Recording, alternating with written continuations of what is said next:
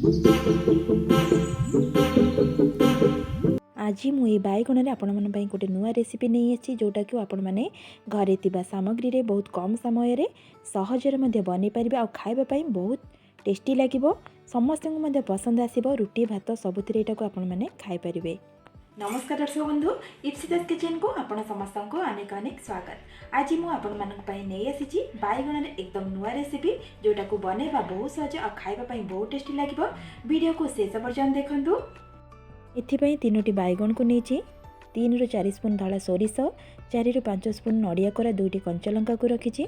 देखो बैगण को एमती लंबा लंबा करके काटिकी नहीं पूरा कसी बैगण ने जहाद्वारा कि टेस्टा बहुत ही बढ़िया आसो। एबे नड़िया कोरा को देदेली ग्राइंडिंग जार रे सोरिष कंचा लंका को ऐड करवा अल्प पानी देकी ताको एबे देखंतु पेस्ट करके नहीं आसिली। एबे गैस रे कड़ाई बसैकी सेथिरे तेल को देदेबा। देखो ए तेल ए गरम हो गलानी। ये मुझे हाफ स्पून पंचफुटन को ऐड करुँची। फुटन भी फुटी आसलानी। ये आम बैगण को ऐड करवा। बैगण को एमती लंबा लंबा काटिकी नेबे।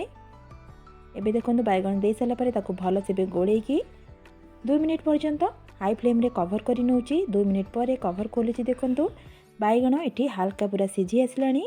आउे एपट सेपट करके आम पुणी ताकू 1 मिनिट पर्यंत टिके कवर कर नेबा। देखो एबे कवर कर नौची 1 मिनिट हो गलानी। ये कवर को काढ़ा एबे भल से ताकू गोले नबा। एमती अधा जमती सिझी थी ये आम जो मसला को रेडी करके रखी ताको ये ऐड करवा। एबे मसला को देदेली स्वाद अनुसार लुण को ये देदेबा। हाफ स्पून हल्दी को ऐड करवा। Half spoon Kashmiri red chilli को ये देदेबा भल कलर आसापी। ताकू भल से गोले नेबा। टिके केयरफुली करुथिबे बैगण नहले फिटी जिवो। एबे देखो सबू मसला को बैगण सहित मु गोले नेली।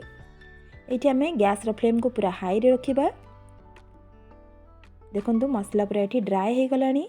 ताको एपट सेपट करके आम लाइट गोल्डन कलर हैला पर्यंत भाजिबा। मझिरे मझिरे ताको टिके एपट सेपट कर नौथिबे जहाद्वारा कि 2 साइड जाक भल से फ्राए हो जिवो।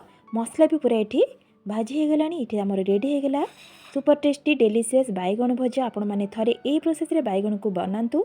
जे कोनोसी बैगण भजा बनै थिबे घरे एई रेसिपीटी को आपण माने बनै के खासला परे बारंबार बनै की खाइबा पई इच्छा करिवे। जदि आज रो वीडियोटी आपण मानकु पसंद लागिथिबो प्लीज लाइक शेयर एवं सब्सक्राइब करि नेबे।